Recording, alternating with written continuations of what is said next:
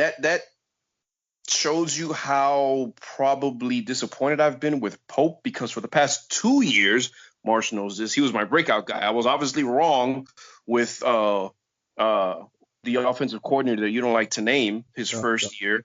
I was going to say Pope was his breakout year. I mean, we were all blinded by what the hell didn't happen that year. But then when we got last year, I'm thinking this is the year for Pope.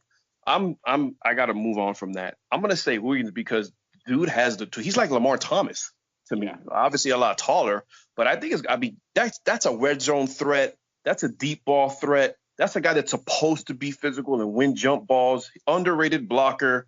I think it has to be him. I think he has to be the receiver. So that's my guy. Jordan, what do you think? This might come across as a hot take, but De'Aaron King needs to be better. And don't get me wrong, I am not disappointed with De'Aaron King. I'm not trying to come off as crapping on him or his performance this year. That being said, you guys answer this question. Has he been as good as you expected this year? No, because the receivers haven't. Well, the answer was still no. You had a qualifier, but you can see where I'm getting at is we need him to be a little more accurate. This isn't necessarily his fault. A lot of it will come in play calling, but I think we need him to be a bigger impact player on the ground. Actually, I think we need more impact plays from his feet. Because as you've seen, at times that's all we can get going on offense. That's all we could do against Clemson was have De'Aaron King run for big gains. So I'm still giving De'Aaron King a passing grade. I'm a big fan of his. I'm happy with his play. I think he needs to up his game to be a little closer to what we were expecting in the offseason. Yeah, I running wise, I could definitely see where you're coming from. I know in the UAB game, every time they tried to do a designed run, it didn't go anywhere. So I think he's had to do all of it off of scrambling. But I definitely see where you're coming from. Mike, do you have a thought on that? No, that's something that I can't disagree with either. There are times that are not just me, but a lot of people wish that he's kind of kept it more. And it's to the deep ball. Yeah, a little bit more accurate. Forgot who I was talking to that he said that. Who was it? I think it was Art. Yeah, it was Art from 305sports.net. He made a good point. He was saying, look, man, when Lassie was over at SMU last year, he had a lot more confidence in his receivers because he was always going down the field and they were making plays, one-on-one contested 50-50 balls. And maybe part of the reason that we're not seeing that many plays downfield is because he kind of sees the problem that everybody else sees with the receivers, whatever, blah, blah, blah. Yeah. And for a quarterback that isn't getting a chance to throw the ball downfield that much, you could practice it all you want. In-game reps are the best thing. So until it starts to happen consistently, it's probably not going to be we're probably not going to see that. I don't know. Maybe it sounds like I'm making an excuse, but I'm just going by something that made sense to me when Art brought it up. Yeah. And like I said, I'm not trying to dog on how De'Aaron. No, you're not. But the question was who needs to step up and play better if we get 10 wins. Now going 10-1 is not going to be easy, right? We're still going to play Virginia Tech and UNC. And I think both those games will be a dogfight.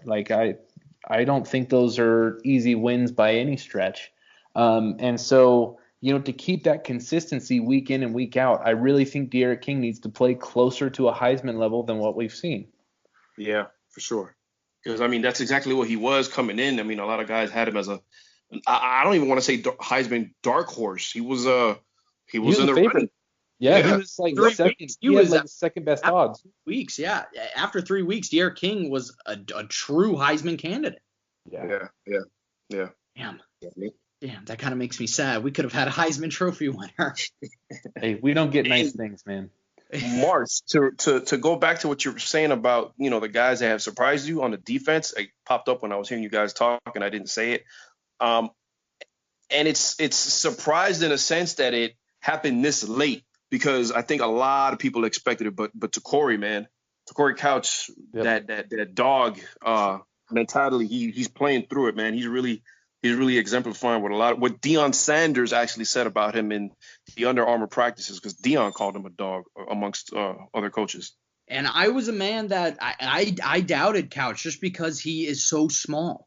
Yeah. And like I will never forget seeing him last year in fall camp. I'm like, did they let like a South Broward JV player come and practice with the Canes one day? Like he was so small, but he is locked down.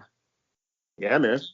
And I would honestly say that a strength of our team that not a lot of people are saying right now is our cornerbacks. Like, I think they've been playing surprisingly well. I think Blades and Ivy have held their own in some cases. So yeah, Couch is, and I think we all kind of expected Couch to, have a little bit bigger role this year. And so that is, one thing that is great to see. Talking about Rhett Lashley's offense, have you been, has it been underwhelming to you, or has this offense performed, right around where you expected it to be? Go ahead, Jordan. Sorry, I was responding to a text message. Would you go, Mike? Sure. I mean, look, the magic number this year was what, 30? Marsh? Yeah, I'd say so. So we're averaging what, 32, right? If I'm not mistaken. I think that's the number. I think the last time I checked, we were averaging 32 a game. And so I guess I can say it's right about where I did expect more in terms of consistency and I guess more wide open, explosive plays. Not that we haven't had explosive plays. I mean, that's the name of our offense. We're a boom or bust offense. We rarely drive the field. But I didn't think we'd be seeing so many RPOs. I didn't think we'd be seeing that many. I love the formations.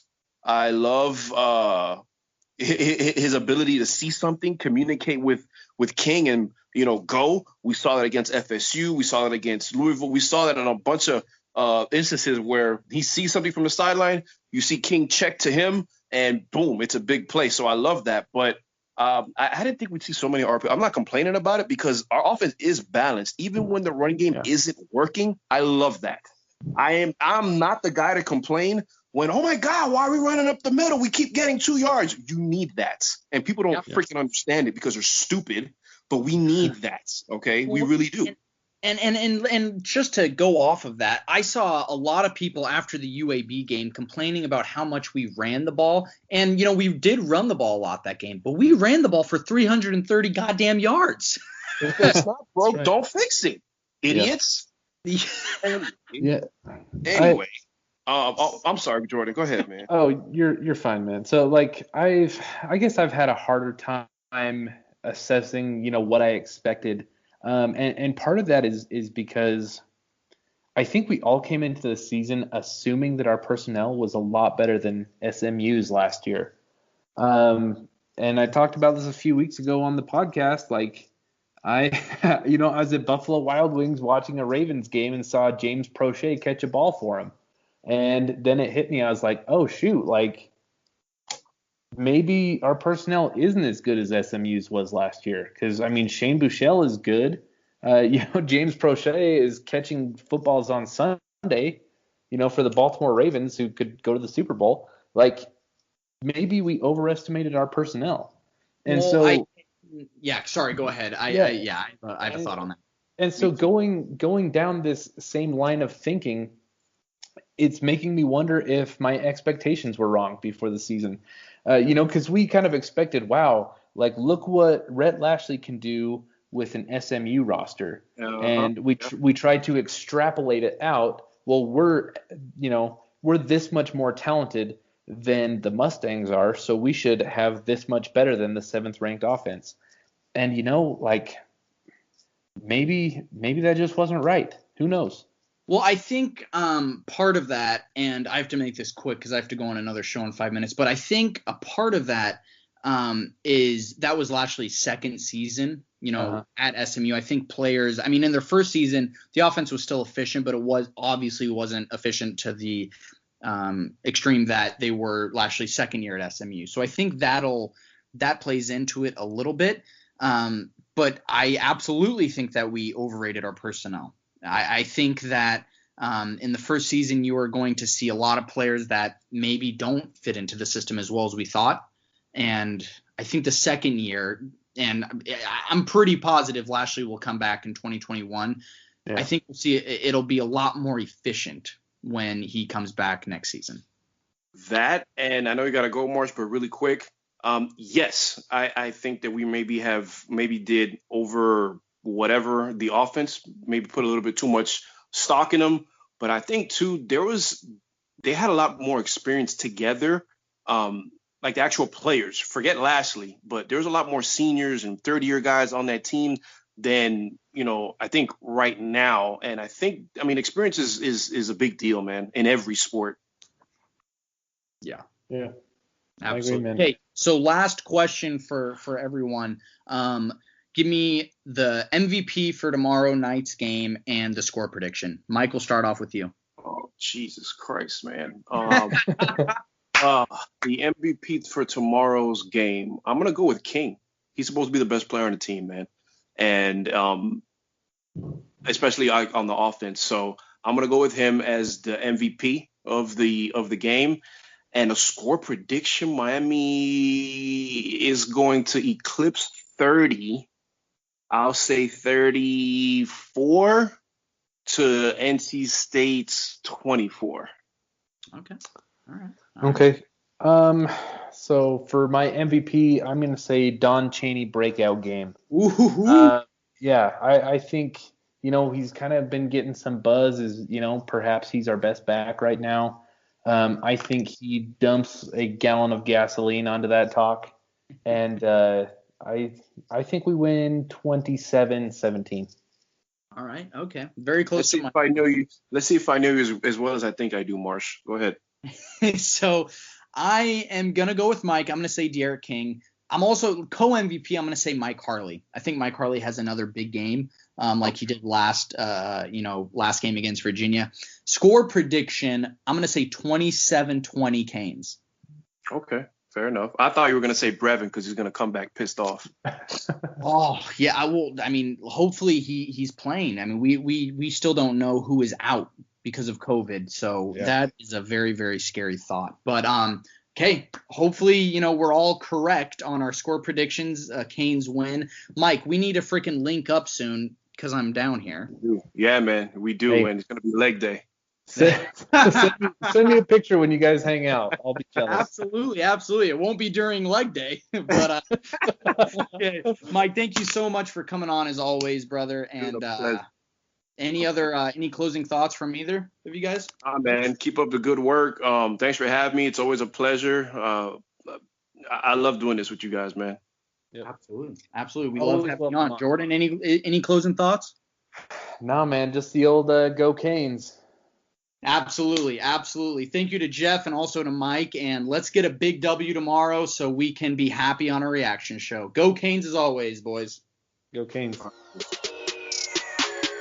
This has been the Fours Up Podcast. Remember to like,